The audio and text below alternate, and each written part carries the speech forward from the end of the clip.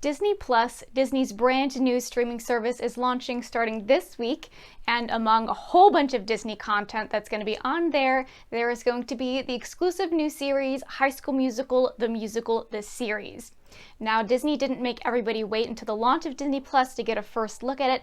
They aired the first episode on ABC and Freeform and Disney Channel the other night. Now, as a true day one High School Musical fan and adult Disney woman, I wanted to give my review on the first episode and thoughts about the series in general. So in doing this review, I also kind of want to talk about and think about, who is this series for? Is this series for people like me who grew up watching High School Musical and would like to enjoy it now?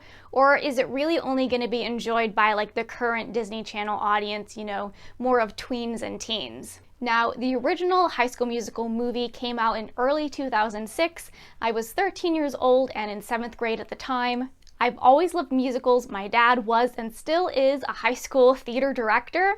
And although a lot of High School Musical and the series is really corny and, you know, kind of a standard DCOM, there's something just extra special about it that's kind of given it this longevity. So just to add a little bit of credibility to myself as a High School Musical reviewer, we're gonna go back to my birthday party in 2006, the year that High School Musical came out, and I held a High School Musical murder mystery themed birthday party. So here I am dressed up in my lovely High School Musical shirt. It had the whole gang on it. For the party, I was Vanessa Ann Hudgens. I also ended up getting this High School Musical game as a present. So I've always really been into the series.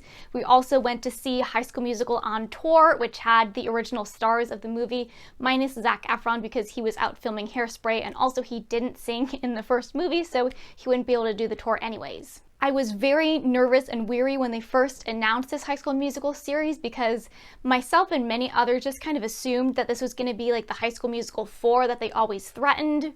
And really nobody cares about that because we would only care about the actual characters like Troy and Gabriella within that universe, and we don't really want just new people. However, once Disney Plus finally started releasing information about the series, then I got really intrigued and excited. So High School Musical, the series, does not exist within the High School Musical universe. It exists in a universe essentially the same as our own, in which Zac Efron and Vanessa Hudgens are real people who played the roles of Troy and Gabriella in the High School Musical movie. The actual High School Musical movie was filmed at East High School in Salt Lake City. It really is East High, both in the movie and in real life. And the TV show is set at the actual East High School in Salt Lake City. Obviously, it's not the real students of that school. But once I realized that this was the premise, that's what really made me excited for all the potential that the show could have. So I thought that, wow, this could actually be pretty fun. There's a lot of opportunity to be very self-referential. And so I was kind of most interested in seeing how well it can play the game of catering both to an existing and new audience. So I had equated to the difference between Girl Meets World and Raven's Home on Disney Channel. So Girl Meets World is the reboot of Boy Meets World, which I grew up watching. And I actually really enjoyed Girl Meets World. I watched a lot of that because there was so many kind of Easter eggs, and they brought back tons of characters from the original series, things that only people like myself who grew up watching Boy Meets World would enjoy, but there was enough new stuff and kind of standard Disney Channel stuff for kids to enjoy. However, Raven's Home, the update on That's So Raven, another series that I watched all of growing up, I tried to watch an episode or so of that, but it was just too stupid. Where it really was just kind of the dumb Disney Channel humor, really only meant for that younger audience, kids who hadn't watched the original series, and so there's not really a purpose to it. So at least based on the first episode of High School Musical, the series, it seems to kind of fall somewhere in between there. I neither actively really enjoyed it, nor did I really dislike it. It was, I'll say, perhaps a little bit higher brow than the standard Disney Channel stuff, but it felt like the premise as a whole is something that only that younger Disney Channel audience is going to enjoy. So to give a brief rundown and synopsis of everything that was set up in the episode, we're introduced to Nini and Ricky, who have been dating for a year. Nini decides that she wants to finally confess her love to Ricky by writing him a song and uploading it to Instagram. Ricky freaks out, he doesn't know what to do, and so he's like, let's take a break. Nene then goes off for a month to theater camp where she meets and hooks up with hot jock and musical theater nerd, a real-life Troy Bolton, EJ. The school year now begins. Nene is with EJ, and Ricky sees them and feels like he made a huge mistake and really wants Nene back. Enter in new drama teacher Miss Jen, who decides that the actual East High needs to put on a production of High School Musical. Both Nene and EJ are of course going to audition, and they want to be paired as Troy and Gabriella. Nene, however, has only previously played background roles, so she has to kind of build up the courage to be able to go for the lead. But Ricky, who is not a fan of musicals, decides that he is going to audition to try and get Nene back. So he auditions and ends up singing the same love song that Nene sang to him, and in the end, Ricky is cast as Troy and Nene is Gabriella, so basically you have a big old love triangle going on. I'm not really going to classify any of that information as spoilers, since in the Disney Plus trailers, they basically showed and told who is going to be cast as Gabriella and Troy, thus negating any kind of suspense that this episode would bring. So the tone of High School Musical, the series, is a little bit strange. It's said that it is shot as a mockumentary a la The Office, and they do have these cut out, very short, inconsequential interviews with the characters, but it's not funny. As far as I'm concerned, there was no actual humor in the episode. If anything, they broached more serious things and kind of set up these serious tones. You know, a storyline that they seem to bring up is Ricky's parents are having marital problems and therefore he has difficulty accepting love. And so it just definitely already seems to be taking itself too seriously, which is not a good thing, especially considering its name is High School Musical, the series, and it has to have a certain amount of camp. It needs to be, you know, light and not take itself too seriously. I noted down two things that I kind of considered as jokes, and one of them was that Nene said she went off to musical theater camp and they did The Music Man and she played Marion the librarian. Another kid says, "Oh, you went to librarian camp?" And then a little later, Ricky says, "Oh, why do things have to change?" And the other character responds, "Well, some things never change. I've been wearing the same socks for 3 days." So it's not that the humor so far is like too, you know, young kid Disney Channel-esque. It's kind of just non-existent. There's also a number of characters that are kind of presented just as like very stereotypical. We have Mr. Mazzara, who is introduced as a STEM teacher. It seems like he does robotics, and he is very much the Sue Sylvester to the Mr. Schuster. He's like the guy like, oh, why do we need arts? Why do we need musicals? And it feels like there's no need to set up this, you know, opposing anti-arts STEM figure, especially when his character comes off just as like extremely one-dimensional. You then have Courtney, who is Nene's best friend, and she is all about the drama. She's all about the tea. But then she also says things like, this year I'm going to dismantle the patriarchy, and this summer I'm focusing on intersectional feminism.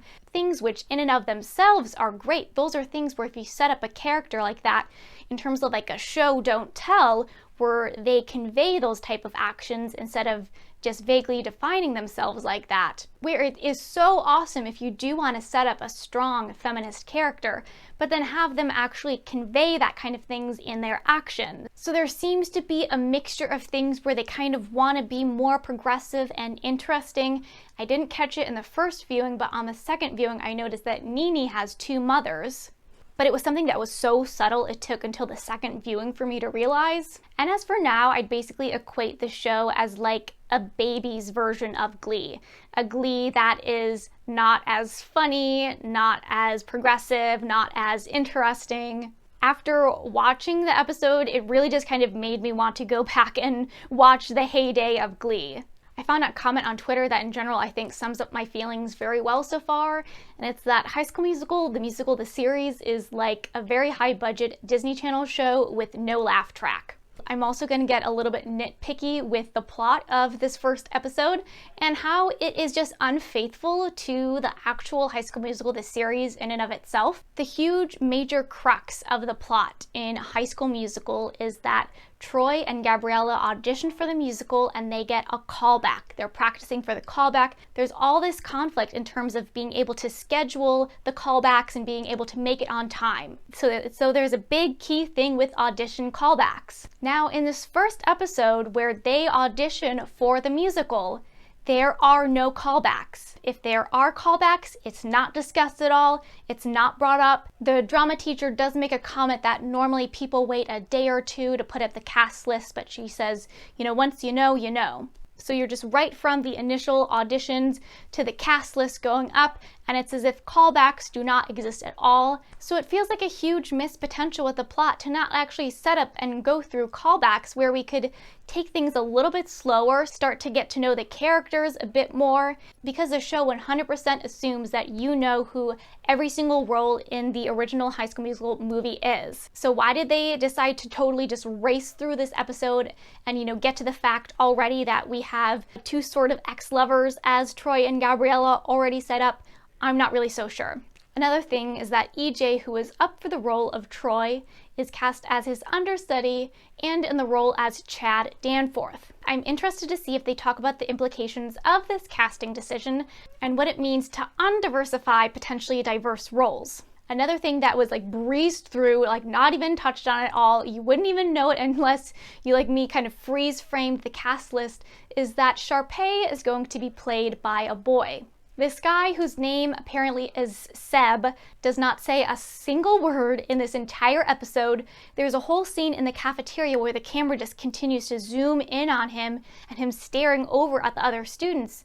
And there's no kind of pull-out commentary with him. He says nothing. He says nothing at the auditions. Another character says, oh, I think he wants to be Sharpay, not Ryan. And why for the role of Sharpay, the second female lead, would you not even potentially introduce or name at all the character playing that? Also, I feel like especially for a lot of high school theater students, Sharpay would be a very desirable role. I know everybody loves Gabriella, the full main romantic lead, but Sharpay is such a fantastic diva. And so there's no competition for her role, and also the role of Ryan, her twin brother, is not brought up at all. Now, if Sharpay was a standalone character, it could potentially be interesting to cross-cast that role, but then you already have the role of Ryan, who is, he develops his character in the other movies, but he's essentially the male version of Sharpay. So I will be interested to see how they decide to play out that role.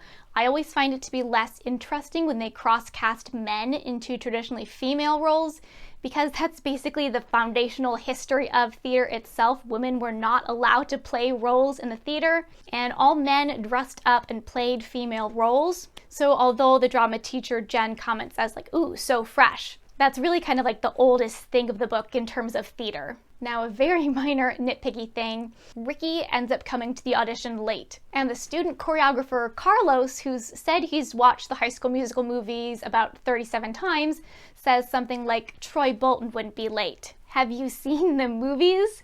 Troy's major character trait basically is being late to auditions. It's like the epitome of Troy Bolton to show up to an audition late.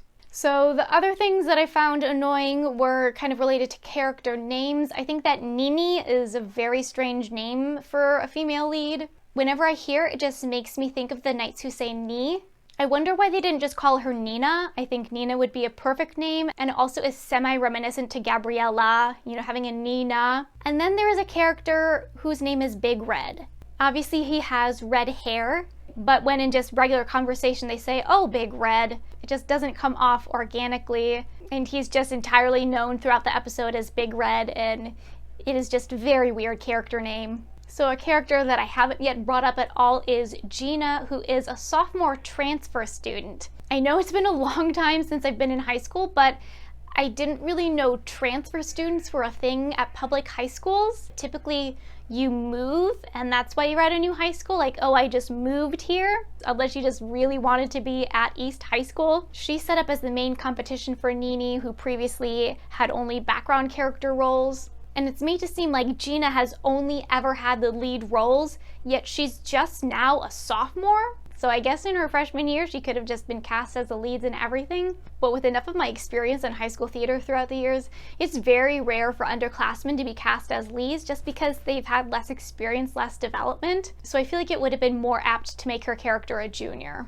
I will say I didn't really have a problem with any of the acting. A lot of kind of Disney Channel style acting can be a little bit grating, but the acting overall felt pretty fine. And I will say everybody that sang had really good singing voices. They did hire people who have actual vocal talent and ability, which is nice. They also cast people who are and look like they are teenagers. So I think the cast is talented and has a lot of potential. It's just the writing that's just not really there. So I just really don't know about High School Musical, the musical, this series. I think I had gotten myself too excited about it because the premise I found was really intriguing and had a lot of potential, and they just don't really seem to live up to it. It's just not really funny. It's not insightful. All it really is so far is a high school love triangle. They've already set up, are you Team Ricky or are you Team EJ? I also lived through the years of the Twilight heyday when I was in high school, but I'm just not really interested in hearing about a high school love triangle. So the pull and attraction is definitely toward a much younger audience who can look at these young teen boys and kind of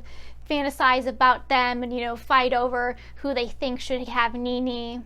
I will at least continue to watch the next few episodes just because I'm curious to see what they do with some of these characters, to see if they're going to explain some more things. But this is not a thing where you would need to subscribe to Disney Plus just to be able to watch this. I'd say you could watch it if you are somebody who still enjoys the shows that are on Disney Channel, or maybe if you're somebody like myself who grew up with High School Musical and is just kind of curious about seeing what they do with it. But I hope that the other Disney Plus exclusive content will be of a little bit higher caliber. But thanks for watching!